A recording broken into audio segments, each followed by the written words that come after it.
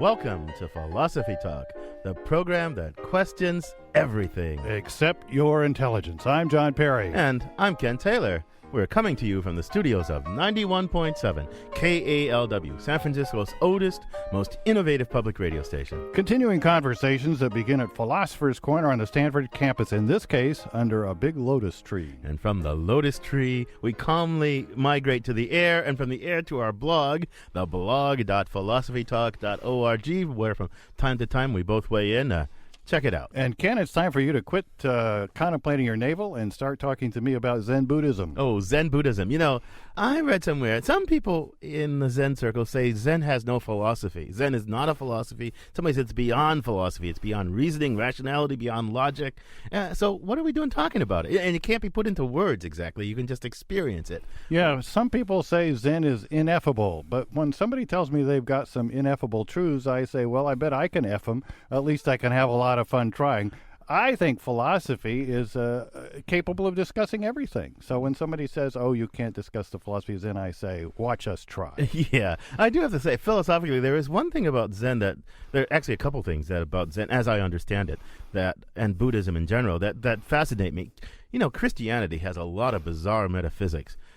Christ didn't say it had a lot of bizarre metaphysics, but the theology of Christianity has posited a lot of metaphysics. But I was reading some teachings of the Compassionate Buddha, and there's this little thing in there where one of the disciples says to the master, "But master, you haven't told me whether the world is infinite or finite, whether it's eternal or non-eternal, whether what's good and what's evil. So how can I practice?" And the master says, basically, "That's irrelevant. Of course I didn't tell you that stuff. Just practice, find contentment and enlightenment. So you don't need all that metaphysics." It's, you know. Well, you know, cool. I think it may be quite true that Buddhism in general, or at least some kinds of Buddhism in general, and Zen in particular, is a lot less free of implausible and problematic metaphysics than a lot of religions. But that doesn't mean we can't discuss it philosophically. We can ask, well, what is this Zen enlightenment, and how does it fit into the world, and why doesn't it need those metaphysics? Well, that's true. I mean, because it's Zen enlightenment, especially if it really is supposed to be. I mean, I'm a philosopher. I want to understand the world. I want to understand it philosophically. I want to reason about it. I want to do science on it. And I think that's the path to understanding. Well, and so this stuff where you just experience and it's beyond logic, I'm really puzzled about what that is and how that's supposed to work and how you could ever get yourself in that frame of mind. Well, maybe we better get a little dose of enlightenment to get started, Ken. Yeah, and roving philosophical reporter Amy Standen went out and talked to somebody who's achieved a degree of enlightenment through Zen. She files this report. I grew up in Ireland, and after I finished college and worked for a couple of years, I decided to travel, and I ended up traveling to Japan. Paul Heller is an abbot at the San Francisco Zen Center. By that point in time, questions like, well, what is life about? And noticing how everywhere you went, there were different cultures, different sensibilities about what life was and what life wasn't. So my mind was quite philosophical and open. In fact, I was chewing my way through Nietzsche's writings, and that seemed to be, for me, for my mind, the perfect primer to hearing the teachings of Buddhism. When I was living in Tokyo and met someone who was trained to be a Zen priest, I was sitting in a Chinese restaurant and he approached me. I think he wanted to practice his English, and we became friends. We talked about suffering, the meaning of life, and what we were doing with our lives. He gave me a rather obscure book on Zen koans, and for some reason, when I started to read it, I felt like this is it. This is the answer to all the questions. It wasn't actually the answer to the questions, but it reframed them in a way that really made sense to me. From that moment, I just felt like how Zen relates to life, the way it responds to the human condition, is how I want to live. What are we trying to do throughout the day? To wake up, to be present in the moment, in this time and space, for what's happening, and then to carry that awareness whatever we're doing. So the notion in Zen is that everything you do is an opportunity to be aware. We all have moments of enthusiasm, moments where the experience that's arising right now has a vitality that draws us forth. You know, you read the Zen of skiing, or you read NBA basketball players having a Zen moment as they dunk the ball, or whatever. I mean, of course, this is nothing other than the capacity of our lives. Zen practice is simply to take that and try to make it a recurring event rather than a unique and fleeting and rare experience. When you start to take it on as a deliberate practice, it does feel like you're trying to do something unnatural. As you continue with it, you actually discover that not only is it not robbing you of something, it's actually giving you a gift, because our preoccupations are their own kind of limitation, and that the present moment is where we are fully alive. The more we all experience being alive, the happier we will be, the more generous we will be with each other, the more compassionate, and the more we will have an insight into what's important in life. For Philosophy Talk, this is Amy Standen. Thanks, Amy, for that report. So, Ken, we've got a little enlightenment fodder for our philosophical mill. Let's get started. I'm John Perry. And I'm Ken Taylor, and we're joined today by Robert Scharf. He's the chair of the Center for Buddhist Studies at UC Berkeley. He's also where he also teaches in the Department of East Asian Languages and Cultures. He's also author of Coming to Terms with Chinese Buddhism. Bob, welcome to Philosophy Talk. Oh, thank you. It's a pleasure to be here. Bob, thanks for coming over from that great university across the bay to join us here today at Philosophy Talk. Now, for us kind of anxiety-ridden analytic philosophers full of metaphysical obsessions, Buddhism in general, and Zen Buddhism in particular, can be a little bit weird. Why don't you take a minute or half a minute and give us a little basic lesson in the geography here? Is Buddhism a religion? Is Zen Buddhism a religion? Or is Zen Buddhism a lifestyle? Or what? Well, one of the reasons that seems to be a complex problem is because the terms religion and philosophy don't really work so well, not only for Zen, but for Buddhism and for many Asian traditions. They're terms that were generated out of the West. Our model of a religion is Christianity, where faith is really central to the very notion of salvation. Buddhism started roughly 2,400 years ago, around 400 BC in India. And the central moment in Buddhism is the enlightenment of the Buddha. And as a practitioner of Buddhism, what you're supposed to do is recreate that moment, is to have the same insight that the Buddha had, which really means that faith isn't central. And that's one of the problems with calling Buddhism a religion. Okay, but now Buddhism has a lot of forms, and some of them seem full of philosophical and metaphysical doctrines, reincarnation in Tibetan Buddhism, and all sorts of things like that. Is Zen Buddhism free of all of that? Well, to talk about Zen looks a little strange because Zen begins with a critique of the Buddhism that came before. So look a bit at central Buddhist notions. One of them is that everything is changing all the time. One of them is that there is no self. One of them is that desire is the problem. So people can ask, if you're meditating as a Buddhist, isn't the desire for enlightenment or the desire to achieve some state, isn't that itself an impediment? Someone might say, if you're doing meditation and trying to train the mind to understand that there is no self, who is that person that is trying to train the mind? So Zen comes about by looking at some of the early Buddhist doctrines, and really it's a very philosophical approach in that they're trying to render more consistent some basic Buddhist ideas, but it ends up looking a little strange. Yeah, so I mean, tell me if I've got this wrong. I understand that Zen says, don't worry so much about the scriptures, so about text and doctrine.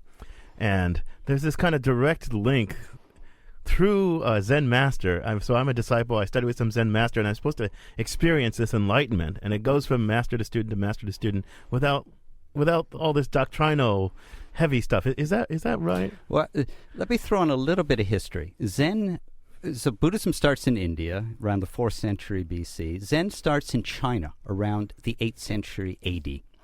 So a lot of time. That's 1,200 years, something like that. 13, roughly. Yeah. People debate the origins. But when the Chinese say that you don't need to read scriptures, it was a little bit self-serving because they knew that they didn't have access to all of the scriptures that were coming out of India. So there is a sense in which they were dealing with an interpretation problem. They were so far away from the source of Buddhism that they were seeking a way to re-enliven. So it's like even if we can't read the scriptures, we can still have this. And we don't need to read Indian scriptures. We don't need Indian teachers, because enlightenment is something that actually exists in all of us. One can't achieve enlightenment, according to at least the major Zen school. One can only realize what you already have. So in some ways, then, Zen is like Christianity, and at least they both have this central form of something that in Christianity is called salvation, right? Makes you different. Now, in Zen Buddhism, it's enlightenment. Tell us more about enlightenment. I take it's not what you get by studying real hard, like if you're, taking a math class and all of a sudden everything falls into shape. I'd say, I've got enlightenment. But that's not what Zen enlightenment is like, I guess. There's two aspects to Buddhist enlightenment. And in this sense, Zen is not unlike most other forms of Buddhism.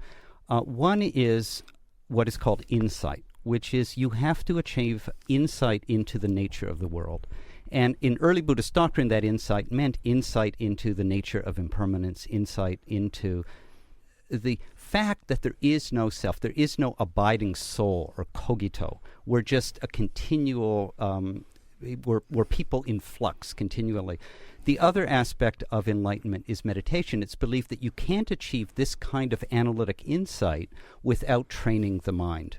So there's a certain kind of just rote discipline involved in taming the mind so that this insight is possible. So it really cuts in between a kind of what we would think of as philosophy and what we would think as a kind of rigorous ascetic or ritual practice. Now, you mentioned the cogito. That's a big moment in Western philosophy. That's when Descartes finds that the one thing whose existence he cannot doubt is his self. Even if the whole world doesn't exist, there's got to be a self there who mistakenly believes it does exist. And he says, cogito ergo sum, I think, therefore I am. Or if he was on Philosophy Talk, he'd say cogito ergo blog. But yes, exactly, right. Or blago. but how can, so Zen couldn't be more different than modern philosophy. If modern philosophy starts with the discovery of the self, and Zen kind of centers on appreciating all the implications of the Buddhist rejection of the self. Yeah, they're not saying that somehow this is all an illusion and we'll wake up someday and discover that we're in some virtual matrix world. What they're saying is that the notion that there is an abiding, continuous, somehow stable self is an illusion. So they'd say Descartes had a thought that I am, and it was simply Descartes' transient passing thought through his mind that he exists. So they're not saying Descartes doesn't exist. They're not saying the person doesn't exist. They're saying this kind of immaterial substance is not part of their worldview. But I think it's really more complicated than that, because tell me if I've got this right. I understand.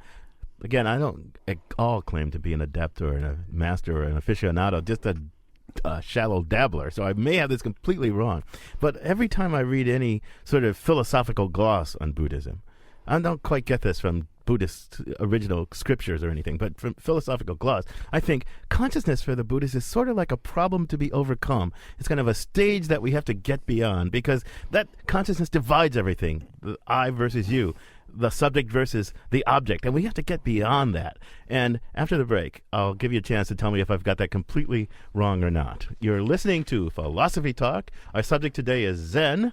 Our guest is Robert Scharf, Chair of the Center for Buddhist Studies at UC Berkeley. We'd love to hear from the Zen Buddhists out there. This is San Francisco. There must be some of you listening to our show that have had various degrees of Zen enlightenment. What do you see as the philosophy of Zen Buddhism? How has it changed your life? And, of course, we'd love to hear from the skeptics, too. We'll take your calls in a moment. Philosophy Talk will be right back.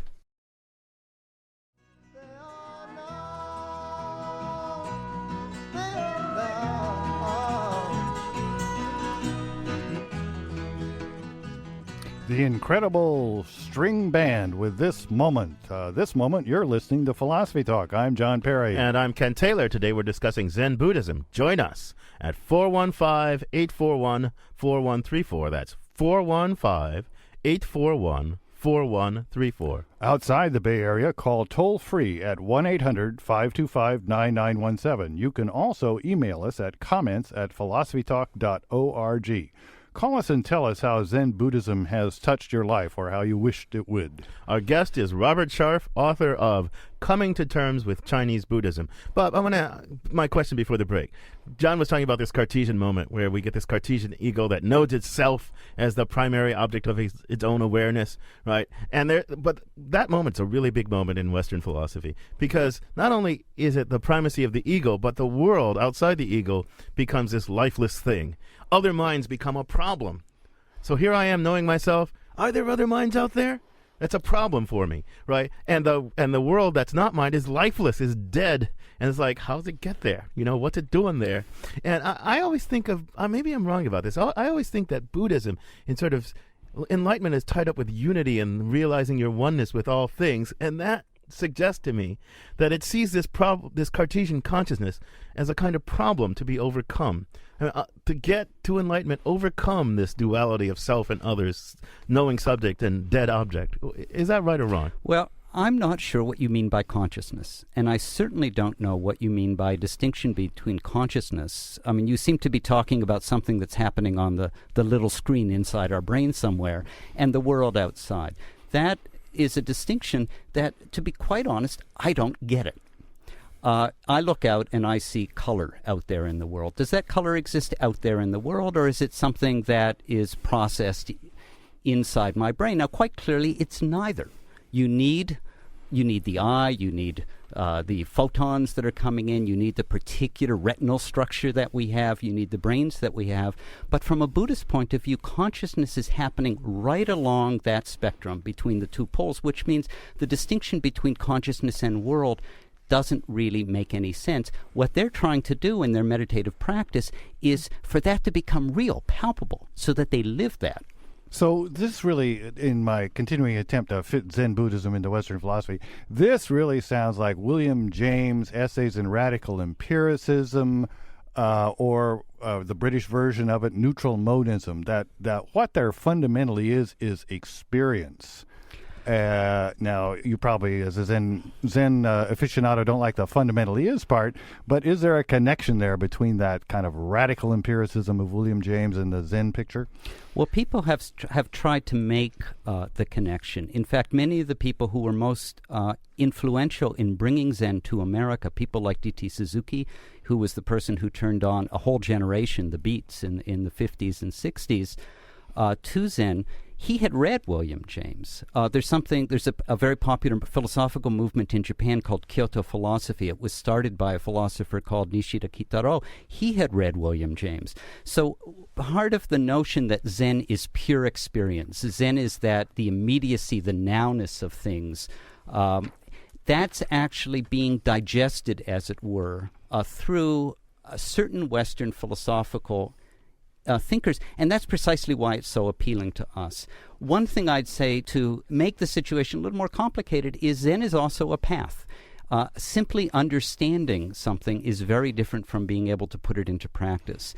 And it's one thing to have some philosophical understanding that the distinction between self and other, or between the world and consciousness, doesn't really make sense. It's another thing to actually transform your being so that becomes palpably real from moment to moment. So enlightenment is connected to this philosophical view, but it doesn't consist in accepting the philosophical view. William James may have been pretty right about it, but he probably wasn't enlightened. He was a nervous guy. Yeah, I mean, plus it's a matter. I plead only shallow understanding. It's okay. I'm in the presence of more masterful understanding, and I bow to the master. Like that's what I'm supposed to do, right? Bow to the master. But it's a way of being. It's a way of being that's also a way of knowing. That doesn't make that distinction in a way. I mean, we have like a way of knowing, plus a way of being, and Zen says, look, there is a way of being that's simultaneously a way of knowing that's simultaneously a way of being, and that's what you're supposed to achieve. Is that? Yes, but there's the danger that I see, and here I'm speaking as a scholar of Buddhism, is when a particular understanding of Zen, the notion that Zen is pure experience, it's simply being in the moment, moves into a kind of narcissistic, self-help, New Age meism. And that's where I'd say that's not what enlightenment is about. Enlightenment is about being is acting from moment to moment to moment without attachments. And that's actually a very radical way of being, and it's traditionally a way that was intended only for monastics who had given up family, who did not have children, who did not have worldly concerns, who didn't have to make a living in the world. That path was considered to be essential for this particular understanding. When you extract it, you turn it into a notion of experience that will somehow help you be a better father, a better lover, better able to appreciate your ski experience, or a better NBA basketball player, for example. I really question whether that can make any claim to be a legitimate understanding of Zen. You're listening to Philosophy Talk. We're talking about Zen Buddhism with our guest, Robert Scharf from the University of California at Berkeley. We have an email that's right on this topic from Pete in San Francisco. He says, "There's much I admire about Zen Buddhism, and I've always felt there is something presumptuous and even superior about it, however.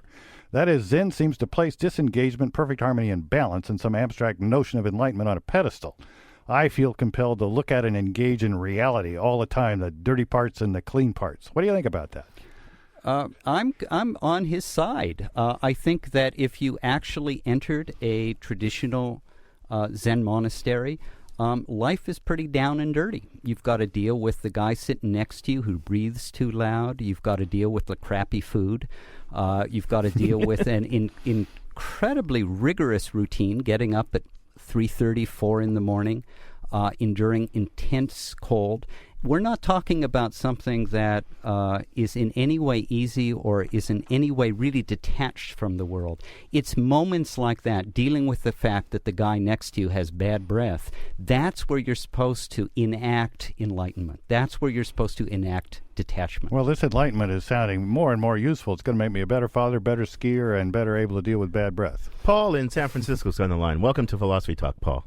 Hi, thanks for taking my call. I have a question regarding meditation specifically, and the idea that meditation is a unique type of empirical or epistemic practice. And the idea there is that it's claimed that there is, some kind of knowledge that's gained by meditation or mindfulness that is not gained by other types of practices or activities. And I'm wondering how Zen Buddhism in particular, or just Buddhism in general, responds to the accusation that knowledge gained by meditation isn't simply some kind of unwarranted form of, argument from authority, or, some type of mysticism where, basically you just have to, believe on trust the person who claims to have this insight. What do you think it could be like, knowing what color red is? I mean, somebody could tell you what color red is, but you really have to experience it to know what it's like. Could enlightenment be like that, and that's why it's sort of ineffable? Why don't we let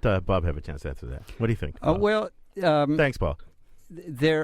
First of all, there are many different kinds of meditation in Buddhism, and there's a lot of disputes between different teachers as to which kinds are appropriate and which kinds are simply instilling ideas about the world.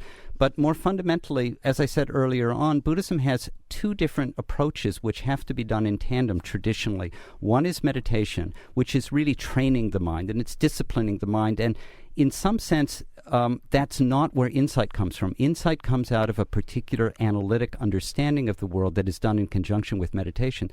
So I'd say one might say that Buddhism does not claim that meditation in and of itself brings any ultimate understanding of the world. It has to be done in conjunction with a certain kind of deep analysis. You're listening to Philosophy Talk. We're talking with Zen Buddhism with our guest, Robert Scharf. You can join our discussion by calling 415-841-4134, or outside the Bay Area, you can call 1-800-525-9917. And we have William on the line. Welcome to Philosophy Talk, William.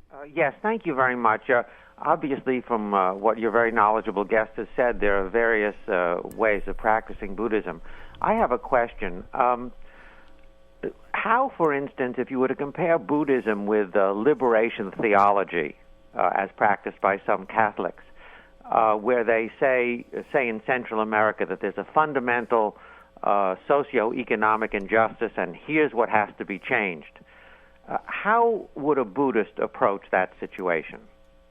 What do you think? Is your idea, William, that Buddhists tend to think that the world isn't out there to be fundamentally changed by our activities, that it differs from the kind of liberation theology idea that we can change the world? The image that I've had, and I'm recognizing that it may be incorrect, is that the concept, suffering is natural and you should learn to enjoy it. Seems silly, but you should learn to accept it.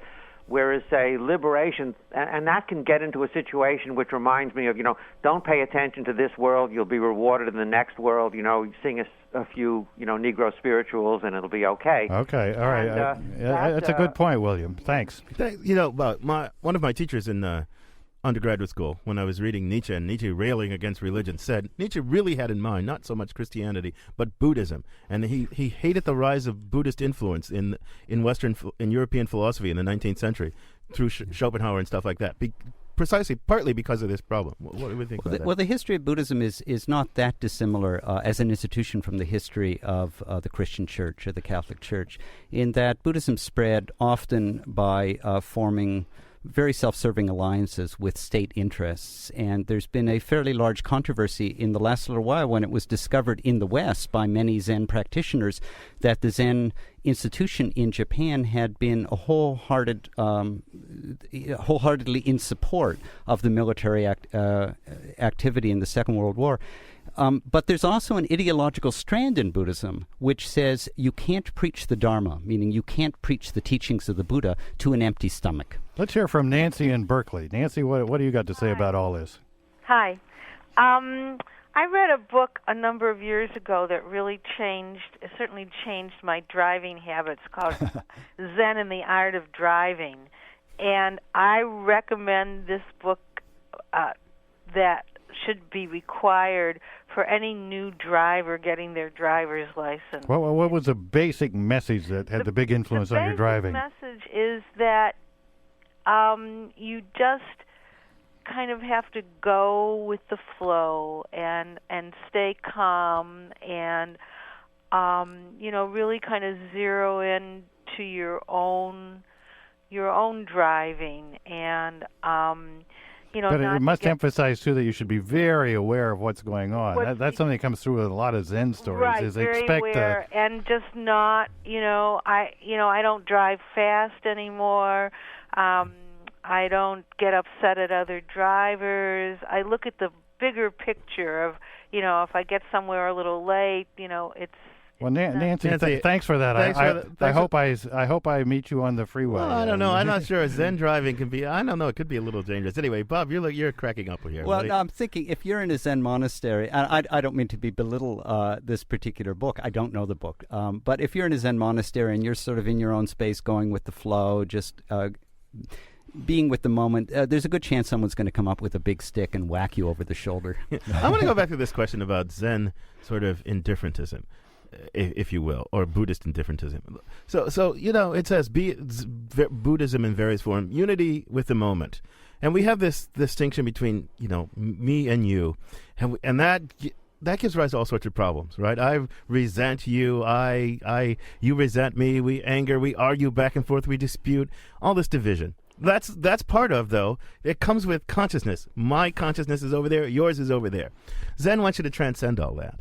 But now it's hard, so if I just appreciate the moment, what about the moment when you're stabbing me in the heart? Am I supposed to just say, there's the universe manifesting itself again, right? I mean, it sounds like, when you read Buddhist texts, it sounds like sometimes you should say, well, there's the universe doing its thing, right? But that seems so antithetical to Western ears. Well, there's this one story I read where a Zen master is sitting there and a criminal comes in and says, I could run this knife right through you. And the Zen master says, I'm the kind of person you could run a knife right through. Yeah, right, exactly. There's this poem by Byron, I think. That's helpful. If the red slayer thinks he has slain or is slain, right, he knows not well the subtle ways I rise and do something again, right? So it's all one. There has been, for the last 1,000 years, there's been a debate going on within the Zen Buddhist community about precisely this. The two sides on it were there was the quiet sitting side, and they believed somehow that the object was to sit there through thick or thin. And this takes the form nowadays of not so much ethically, but in terms of the practice, the Soto Zen. The San Francisco Zen Center, for example, is associated with the Soto Zen school in Japan, and they believe in just sitting. This is a sort of a dogma that they hold, although, of course, they would insist that it's not a dogma.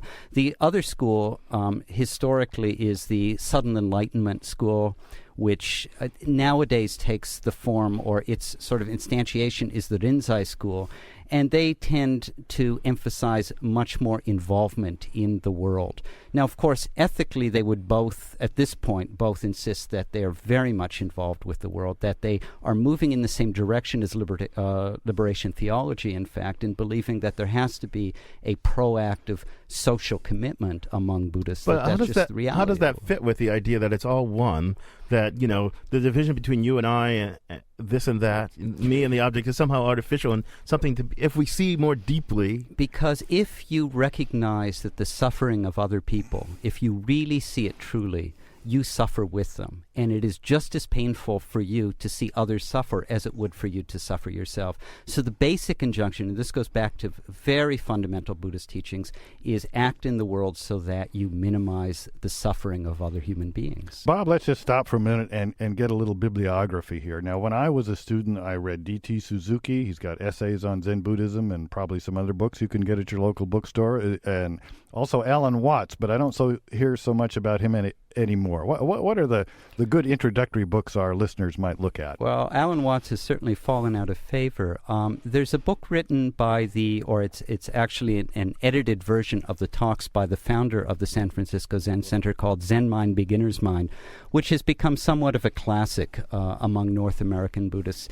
And it's not so much, it doesn't really deal with the history or philosophy of Zen Buddhism, but it certainly deals with the ethos. It recreates the feeling as much as it's possible through words of what Zen practice is about. Ken, you've been reading a book you like a lot. What's that? Well, actually, I've been reading this book by Nishitani called Religion and Nothingness. Nishitani is a big philosopher in the Kyoto school that you think is not so... Well, this is where... I wouldn't call that a beginner's book, though. Yeah, it's a dense, hard book. This gets into controversies within my own field. This is where, as a scholar, I'd say that Nishitani is creating a kind of strange hybrid between traditional Zen thought and Buddhist thought and also Western thought. And the hybrid I don't find very cogent or convincing. I think it attracts a lot of people precisely because it is a hybrid, because it looks like he's making philosophical moves, and yet he has the authority of a Zen teacher. You're listening to Philosophy Talk. We're discussing Zen Buddhism with Robert Scharf, director of the Center for Buddhist Studies at UC Berkeley. What has Zen meant in your life? Does it take you away from the world? Does it drive you into the world? What do you like? Rinzai, Soto, Zen? Call and give us your opinion. More calls and emails when Philosophy Talk continues. Going down, and the eyes in his head see the world spinning round. The Beatles and Fool on the Hill. I'm John Perry, one of your local Philosophy Corner fools. This is Philosophy Talk, the program that questions everything. Except your intelligence and sometimes John's humor. I'm Ken Taylor. We're discussing Zen with Robert Scharf from the Department of East Asian Languages and Cultures at UC Berkeley. Join us by calling 415-841-4134. That's 415-841-4134. Don't be left out just because you're outside the Bay Area listening on the internet or something like that. Call 1-800-525-9917. That's 1-800-525-9917. Or email us comments at philosophytalk.org. And MK in Foster City's on the line. Welcome to Philosophy Talk, MK. You there, MK? I think we've lost MK. How about Pablo in San Francisco? Hi. Hi, Pablo. What's your comment or question? Well, I was just curious. It's a great show, by the way, as always. Thanks for that. Something where my own bent tends to be leaning towards. But would it be possible to, based on what your guest has presented as the formation of Buddhism in China, to continue that thread on so that one could say, well, I don't need any kind of scripture. I don't need any kind of master, and I can just develop my own and say that this is, this is what fits into that tradition, and have it possibly be sort of cogent or harmonious with that, so that we could do away with this concept of scripture and masters. So, Pablo, I hear two different things there. Could we just not have a scripture, or could each person invent his own scripture, his own little story to go with it? Well, you don't need the text, though. Scripture is text, so you just need the experience and the practice, I take it, Pablo's saying. Right. What do you think, Bob? Well, remember that in the 8th century, in the 9th century, when they began to take this what sounds like a very radical or antinomian stance and say, we don't need textures, we don't need teachers, and that you have Zen masters saying things like, if you meet the Buddha, kill the Buddha. These were people who were ordained Buddhist monks living in monasteries and maintaining a very strict discipline. It's very different from when contemporary Westerners, and this is why Alan Watts has come out of fashion, by the way, he's seen to be a prime example of this, says, we don't need texts, we don't need rituals, we don't need institutions, we don't need anything. Enlightenment is somehow right here in the moment. There's a very different ethical stance involved in a very different sort of soteriological. The Protestant in me says, well, that's how it should be. Catholic doctrine says you need all these intermediaries between you and God. You need this tradition of interpreting the scripture. You need these priests to dispense this sacrament. And the Protestant in me, the fallen away Protestant, says, wait a minute. If God's so great and so imbuing of the world and the faithful and the pure-hearted with grace, why can't I just be pure of heart and let him deliver grace upon me? I don't need all that stuff. But Luther translated the Bible. I mean, the Protestants like the scripture. You used the word antinomian a minute ago, and I'm a little worried Ken doesn't know what that means. Ken, antinomian refers to a kind of rejecting fundamental teachings of the tradition. And often Zen people use rhetoric. For example, if you meet the Buddha, kill the Buddha. And what they mean by that is if you think that enlightenment or understanding is something that you can get outside of yourself, knock that down. The Buddha there means enlightenment. And it has to come from within. Exactly what I thought it meant. Yeah, right. Ruhama in San Francisco is on the line. Welcome to Philosophy Talk. Oh, hi. This is a great show. Thank you. Now I got a lot of stuff going on in my mind, but one of them, just sort of referring to what the last caller said, is that I think it's like, even though it's kind of this is a paraphrase, probably not an exact quote from the Great Liberation Sutra, which is a Tibetan scripture that's a whole lot like Zen. And says even though all sentient beings have Buddha essence, in other words, enlightenment is really here all the time and everybody all the time, they say not until the seed is pressed, like sesame seed is the source of oil and milk the source of butter, not until the seed is pressed and the milk churned do the oil and butter appear. So you have to do something to get out of the way to let that happen. So I've got the enlightenment in me, and I just have to get the garbage out of the way, and then it'll come out, and I'll be enlightened. That's kind of comforting. That enlightenment, I don't think it's like then I'll be enlightened. Like that's the end of the story. Uh-huh. So I mean that's not my view anyway. But really, what I called about before was when someone else was asking about liberation theology and so on. And I think it's really important that.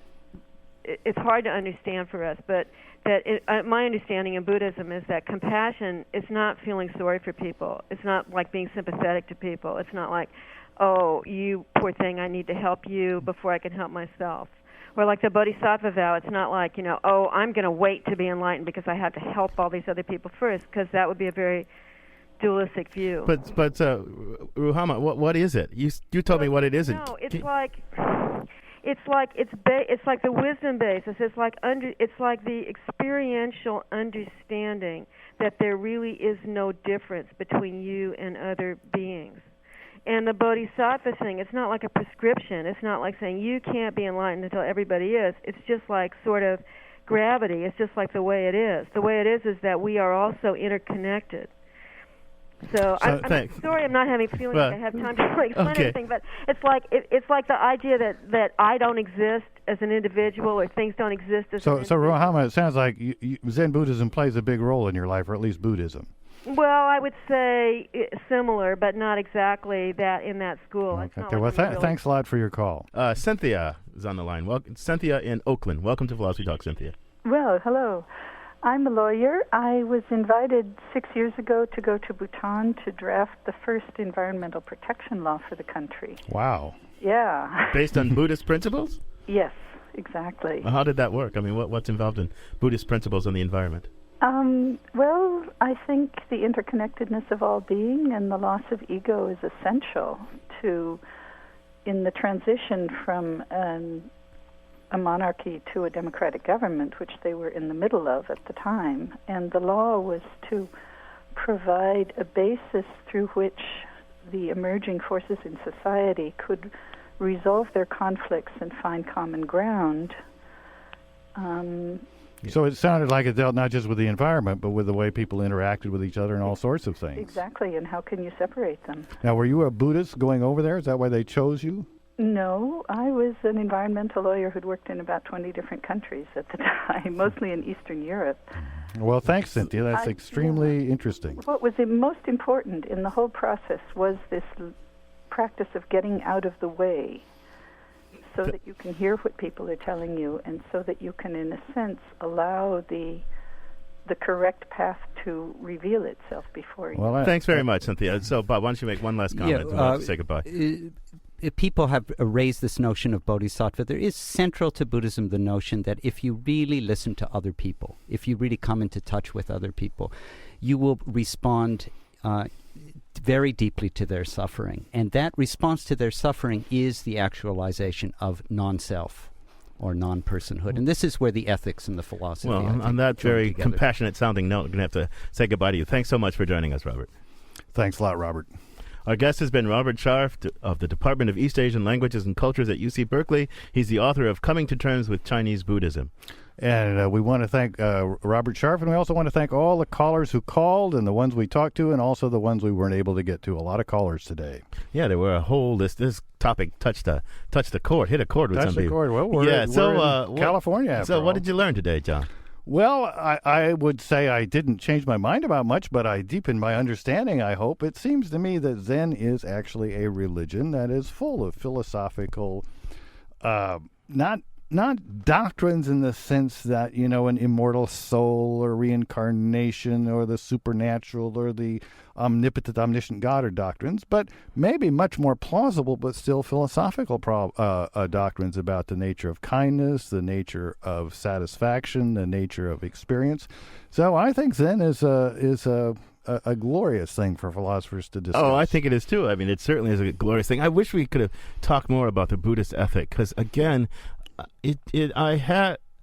in reading about this stuff, I mean, actually for a while, since I was an undergraduate, it's always puzzled me. This business of overcoming consciousness, overcoming the subject-object distinction and all that. That seems important, but in some ways it seems like a measure can lead you to indifferentness, because it's all one to me how the universe goes. But there is this deeply compassionate side too. I just think that's a really complicated thing that I wish we had had more time to untangle. But you know what? Maybe we can untangle some of it on our blog. Absolutely. The blog.philosophytalk.org, where our motto is Cogito Ergo Blogo. I think, therefore, I blog. Go check it out. Here with the last word on Zen is a chant called Heart Sutra. This was recorded at the Kwan School of Zen in Cumberland, Rhode Island.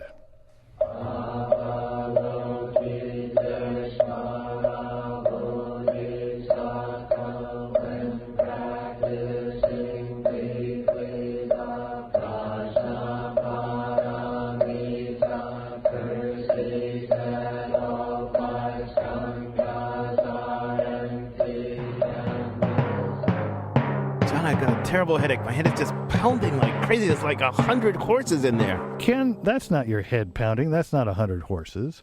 That's the phone ringing. It's the conundrum time. Somebody's got a problem they want us to help them with. Oh, and we have a caller on the line now. Welcome to Philosophy Talk, Alex.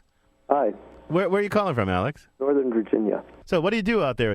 I code. You code like you... computer program. Okay, so what's your conundrum, Alex?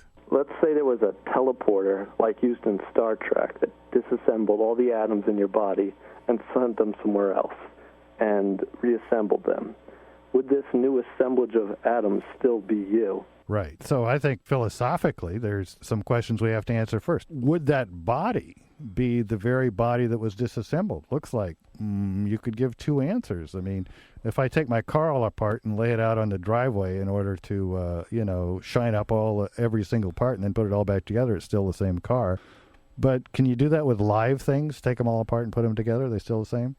And the second question is, how about the mind part of it? Is this guy that's teleported on Star Trek usually had the memories of the person who stepped into the teleporter? And you want that to be the case, don't you, Alex?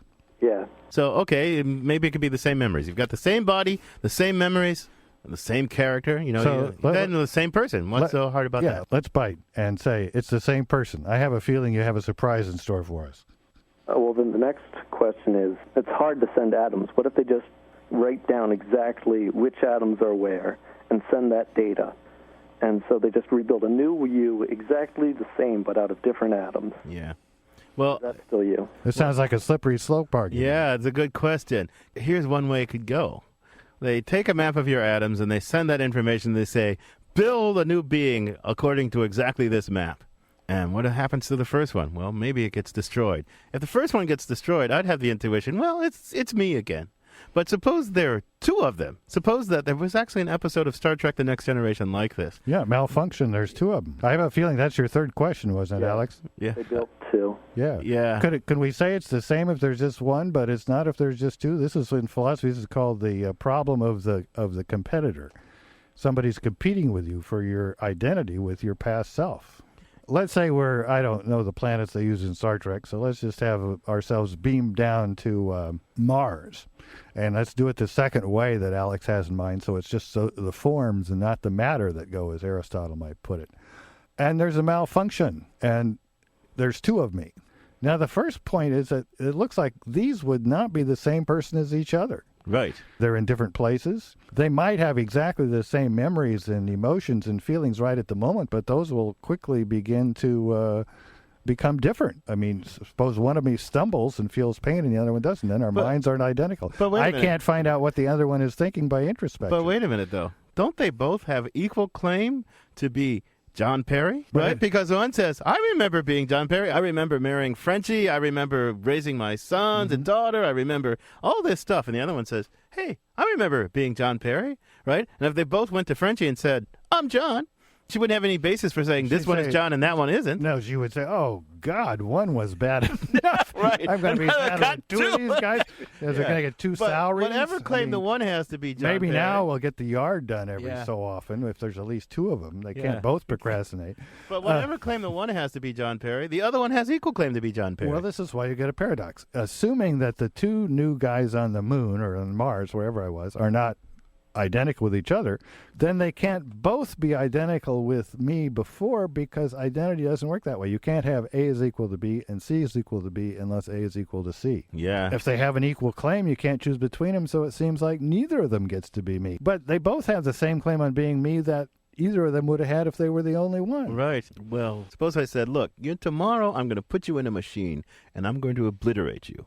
You'd say, oh, shucks. And I say, don't feel bad, because after I obliterate you, there's going to be another guy, a kind of deluded guy, who's just going to come into existence when I make it happen, but he's going to think he's you. Would that make you happy? No, but if you're trying to sell this as a low-cost way to, say, get to the East Coast, you shouldn't put it that way. Right, exactly. You say, want to get to the East Coast, no air sickness, half the price. Right. I can do it for you. Yeah, and right. Then they'll meet up with somebody like Alex who explain what they've done, and then they'll get very miserable. So I don't know, Alex, if we've solved your conundrum. But I can give you an excellent book you can read about all this, Alex. All right. What is that? It's one I wrote. And it's called A Dialogue on Personal Identity and Immortality. And you can buy it from Hackett Publishing Company. It's a little dialogue and makes good reading, makes a wonderful gift to give to your mother or your father. You might want to buy a couple hundred copies of it, Alex, So, Alex, given your interest in this. Are you a philosopher? I think about philosophy. This is excellent, because you asked an excellent question. You posed an excellent series of puzzles, and it's probably it is a long-standing philosophical puzzle. But I hope you've had some fun, and we've given you some insight. Yeah. Enjoy coding for the rest of the day. All right. Thank you. All right. Okay. Bye-bye. Bye.